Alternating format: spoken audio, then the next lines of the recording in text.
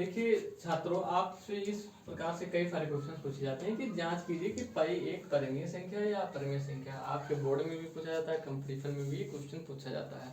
तो यहाँ देखिए जो पाई का मान नोन मान है, इसका जो ज्ञात वैल्यू है नियर अबाउट, तो हम पाई बराबर क्या यूज कर लेते हैं, फिजिक्स के क्वेश्चंस लगाते हैं तो 3.14 यूज कर लेते हैं। ठीक है, 3.14 इस प्रकार से यूज कर लेते हैं, चाहे इंटरमीडिएट की मैथ्स साइंस हो या कभी फिजिक्स या केमिस्ट्री में, तो ये वैल्यू हम नियर अबाउट यूज करते हैं। ठीक है, लगभग मान लेते हैं। लेकिन यहाँ पर जो देखिए पाई का दशमलव एक्सपेंशन होता है रियल में, वो इस प्रकार से कुछ होता है 14159265353897932338 डॉट डॉट एंड सो।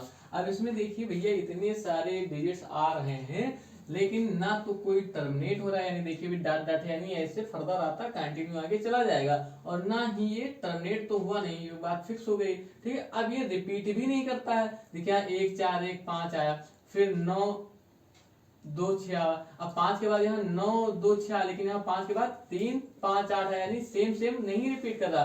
तो यहाँ का जो दशमलव प्रसार है कैसा है, non terminating and non repeating है, नॉन रिपीटिंग है। इसलिए एक ऐसी संख्या होगी पाई आपकी अपरिमेय संख्या होगी, ये रेशनल नंबर होगा। ठीक है, तो पाई हमेशा ध्यान रखिए कैसी संख्या होती है, इरेशनल नंबर। कभी कभी जब आप क्वेश्चन सॉल्व करेंगे तो पाई का मान 22/7 देता है, क्यों, ये नियर अबाउट मान है भैया। ठीक है, जबकि अभी 22/7 के बारे में हम लोग डिस्कस किए, ये कैसी है, परिमेय संख्या है, जबकि ये क्या अपरिमेय संख्या है। तो लगभग बहुत, क्योंकि ये इसके बहुत पास में है, तो इसलिए इसको हम 22/7 मान लेते हैं, लेकिन ये एग्जैक्ट वैल्यू आपका नहीं है। ठीक है, साइंटिफिक वैल्यू नहीं है। तो पाई आपकी कैसी संख्या, अपरिमेय संख्या, जबकि 22/7 क्या है, परिमेय संख्या। ठीक है, तो आई होप आप लोग ये सब समझ गए होंगे।